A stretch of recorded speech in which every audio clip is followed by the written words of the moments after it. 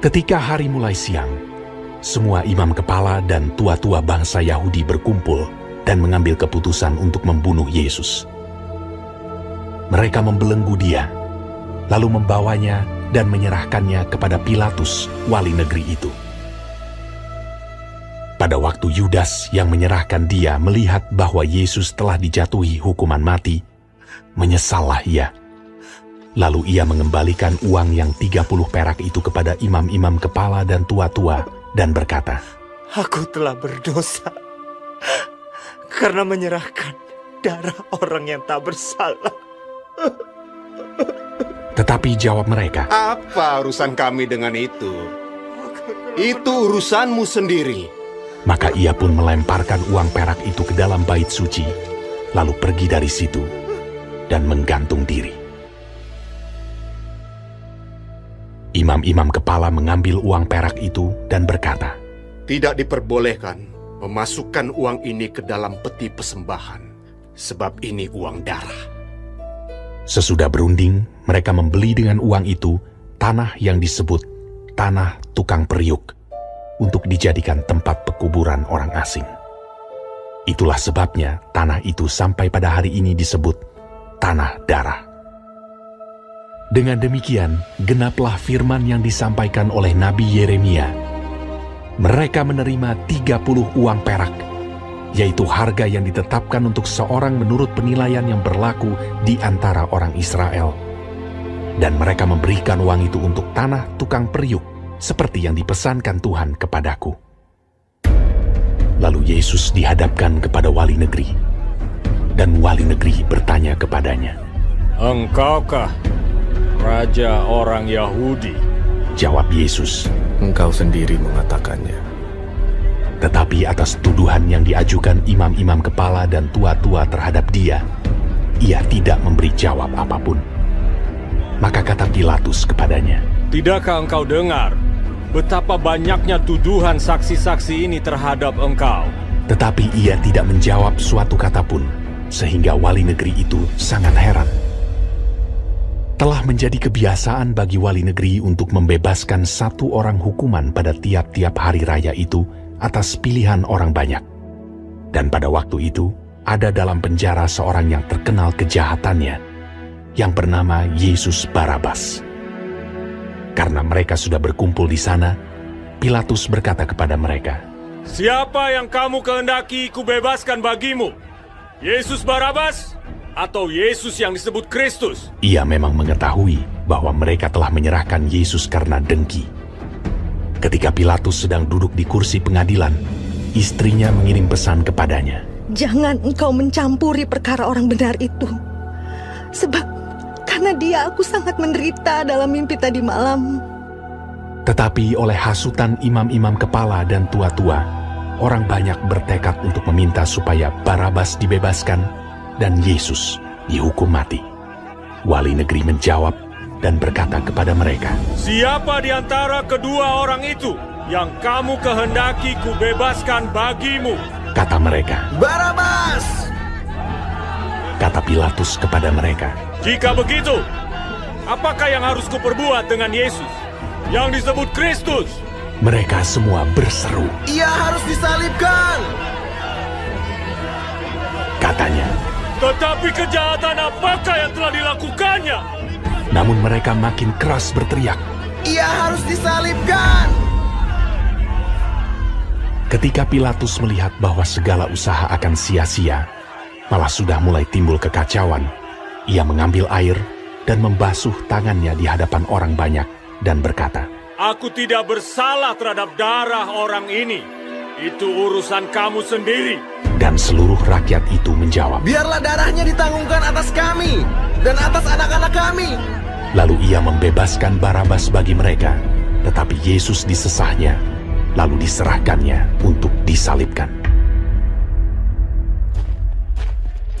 Kemudian serdadu-serdadu wali negeri membawa Yesus ke gedung pengadilan, lalu memanggil seluruh pasukan berkumpul sekeliling Yesus. Mereka menanggalkan pakaiannya dan mengenakan jubah ungu kepadanya. Mereka menganyam sebuah mahkota duri dan menaruhnya di atas kepalanya, lalu memberikan dia sebatang buluh di tangan kanannya, Kemudian mereka berlutut di hadapannya dan mengolok-olokkan dia, katanya, Salam, hai Raja orang Yahudi. mereka meludahinya dan mengambil buluh itu dan memukulkannya ke kepalanya. Sesudah mengolok-olokkan dia, mereka menanggalkan jubah itu daripadanya dan mengenakan pula pakaiannya kepadanya. Kemudian mereka membawa dia keluar untuk disalibkan. Ketika mereka berjalan keluar kota, mereka berjumpa dengan seorang dari Kirene yang bernama Simon. Orang itu mereka paksa untuk memikul salib Yesus. Maka sampailah mereka di suatu tempat yang bernama Golgota, artinya tempat tengkorak. Lalu mereka memberi dia minum anggur bercampur empedu. Setelah ia mengecapnya, ia tidak mau meminumnya. Sesudah menyalibkan dia, mereka membagi-bagi pakaiannya dengan membuang undi. Lalu mereka duduk di situ menjaga dia. Dan di atas kepalanya terpasang tulisan yang menyebut alasan mengapa ia dihukum. Inilah Yesus, Raja orang Yahudi. Bersama dengan dia disalibkan dua orang penyamun, seorang di sebelah kanan dan seorang di sebelah kirinya. Orang-orang yang lewat di sana menghujat dia, dan sambil menggelengkan kepala, mereka berkata, Hai engkau yang mau merubuhkan bait suci, dan mau membangunnya kembali dalam 3 hari, selamatkanlah dirimu. Jikalau engkau anak Allah, turunlah dari salib itu. Demikian juga imam-imam kepala bersama-sama ahli-ahli Taurat dan tua-tua mengolok-olokkan dia, dan mereka berkata, Orang lain ia selamatkan, tetapi dirinya sendiri tidak dapat ia selamatkan. Ia Raja Israel. Hah? Baiklah, ia turun dari salib itu, dan kami akan percaya kepadanya. Ia menaruh harapannya pada Allah. Baiklah Allah menyelamatkan dia, jikalau Allah berkenan kepadanya. Karena ia telah berkata, Aku adalah anak Allah. Bahkan penyamun-penyamun yang disalibkan bersama-sama dengan dia mencelanya demikian juga.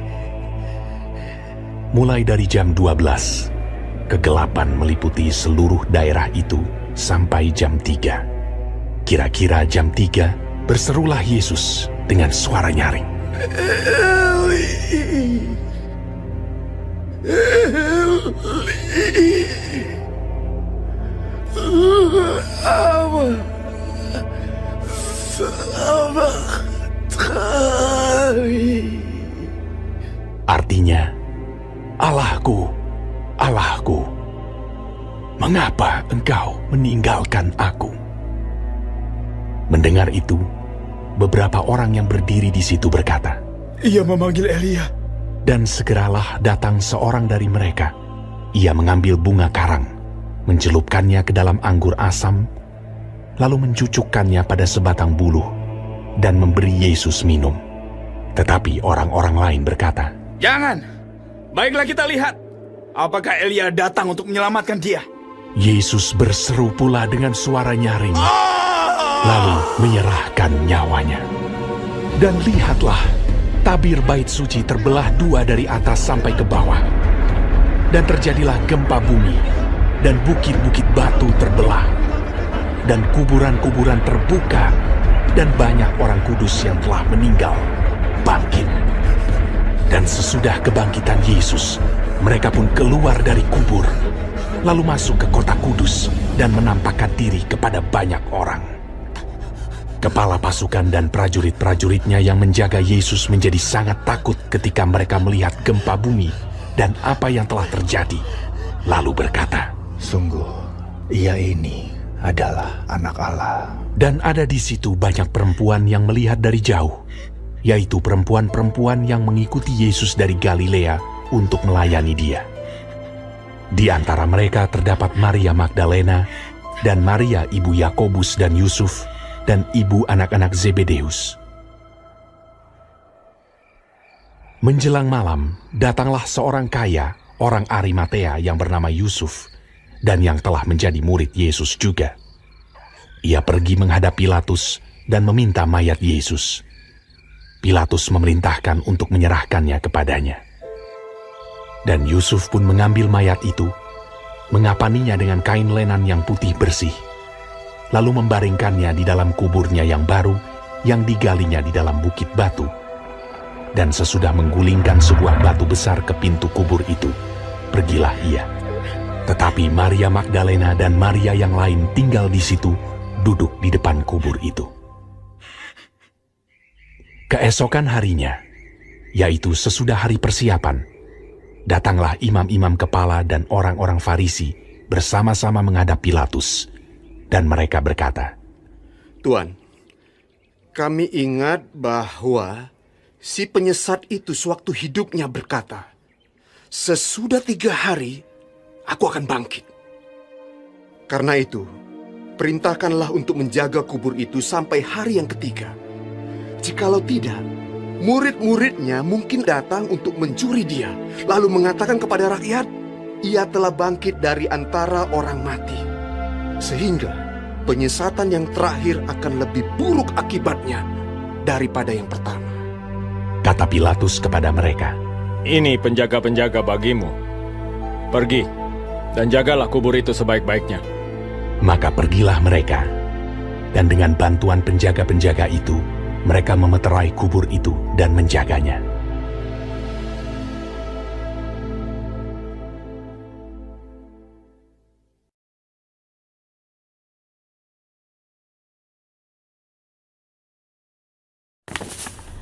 Shalom saudara-saudaraku yang kekasih di dalam Tuhan Yesus. Puji Tuhan kalau kita masih diberi kesempatan hidup hari ini dan mendengarkan firman Tuhan dari Matius 27 sebagai kompas kehidupan. Amin.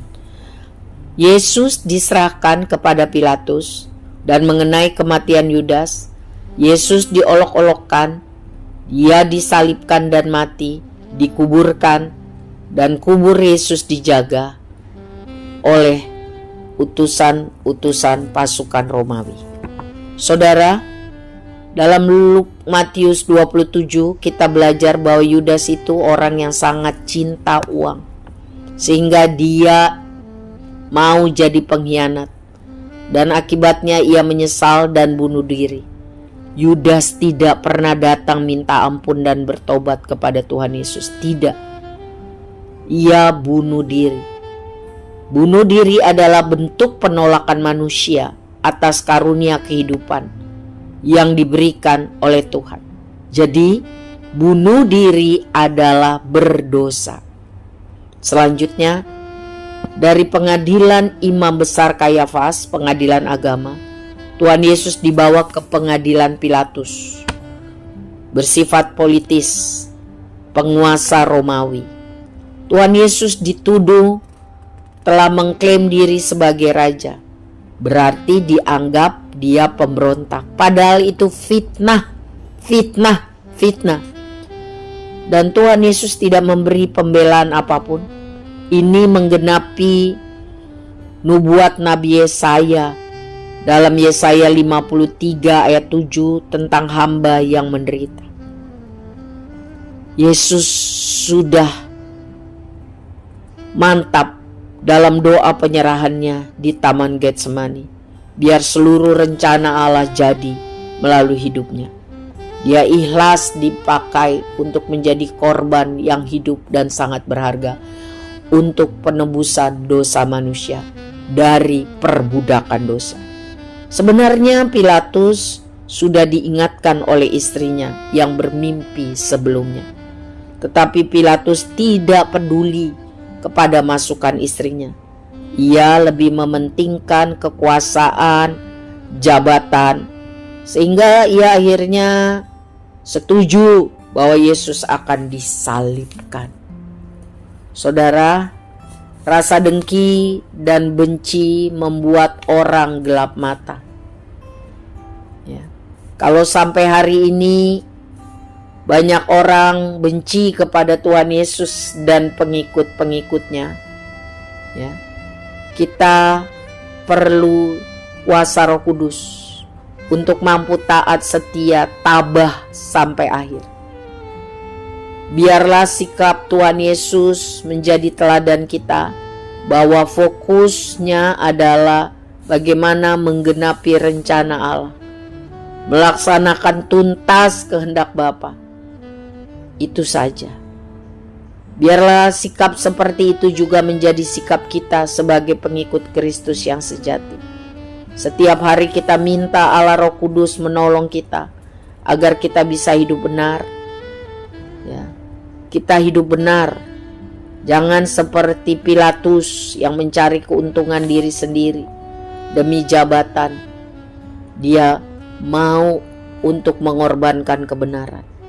Marilah kita hidup benar, tambah hari tambah benar, sesuai firman Tuhan. Selanjutnya mengenai Yesus disalibkan. Penyaliban sebenarnya adalah bentuk hukuman mati paling sadis. Karena sebelum disalib, orang yang dianggap bersalah tersebut harus mengalami dulu berbagai siksaan. Tujuannya agar sangat menderita. Dan pengalaman kematian akan secara perlahan-lahan mengerikan. Kedahsyatan penderitaan Tuhan Yesus bagi pengampunan dosa kita hendaknya membuat kita semakin cinta Tuhan Yesus, semakin setia melakukan firman-Nya, karena kasih-Nya sangat besar bagi kita. Kasih-Nya sempurna. Selanjutnya mengenai Yesus mati. Sebenarnya puncak penderitaan Tuhan Yesus bukan penderitaan fisik, bukan penderitaan batin, tetapi penderitaan secara rohani. Begitu dahsyat sehingga alam pun tergoncang. Siang itu langit menjadi gelap. Gempa bumi, bukit-bukit batu terbelah. Ya. Kepala pasukan dan prajurit yang menjaga Tuhan Yesus sangat ketakutan dan akhirnya mengaku beriman bahwa Yesus adalah Tuhan. Tabir bait suci terbelah dari atas ke bawah sebagai tanda hubungan antara Allah dan manusia tidak terbatas lagi, karena selama ini dibatasi oleh dosa, ya, sehingga hilang kemuliaan Allah. Dengan kematian Kristus, hubungan Allah dan manusia telah dipulihkan. Jadi Tuhan Yesus sungguh-sungguh adalah Tuhan, bukan sekedar nabi atau guru yang berkuasa. Kematiannya pun sangat menggoncangkan alam dan tanda-tanda ajaib lainnya. Yesus dikuburkan dan kubur Yesus dijaga. Saudara, menurut adat Yahudi, orang mati harus segera dikubur. Tetapi kebiasaan orang Romawi penjajah saat itu, mayat orang-orang jahat yang disalib harus dibiarkan tergantung sampai busuk supaya bisa ditonton banyak orang, supaya orang-orang takut melakukan yang jahat. Tetapi karena Pilatus sadar Tuhan Yesus tidak bersalah, maka ia mengizinkan waktu Yusuf dari Arimatea meminta agar tubuh mayat Yesus segera dikuburkan. Yusuf dari Arimatea adalah pemimpin Yahudi, orang kaya, tetapi ia mengikuti Yesus. Ia menguburkan mayat Yesus di kuburnya yang baru. Ini sesuai dengan nubuatan Nabi Yesaya 53 ayat 9. Tindakan Yusuf Arimatea ini sangat berani, saudara. Ia rela mengorbankan kedudukan, kehormatan, pengakuan, penghargaan masyarakat dan golongannya. Tindakan Yusuf Arimatea adalah persembahan yang mahal dan berharga. Tindakan kasih, tindakan penghormatan yang bisa dia berikan kepada Yesus Kristus. Apa yang dilakukan Yusuf Arimatea persis seperti wanita yang mengurapi Yesus. Mereka melakukan yang terbaik yang mereka bisa untuk menghormati Tuhan. Persis juga dengan apa yang dilakukan orang yang memberikan tempat yang besar di atas loteng bagi perjamuan terakhir Yesus dan murid-muridnya, bagi pelayanan Kristus. Jadi mereka ini adalah contoh orang-orang yang bertindak dengan kasih, dengan penghormatan yang luar biasa kepada Yesus. Kita diajar untuk berani mengakui, mengasihi, mengorbankan segala sesuatunya untuk Tuhan kita Yesus Kristus, untuk pelayanan pekerjaan Tuhan, karena Yesus telah lebih dahulu mengasihi kita dan kasih-Nya sempurna. Tuhan tolong kita supaya menjadi pelaku firman. Amin.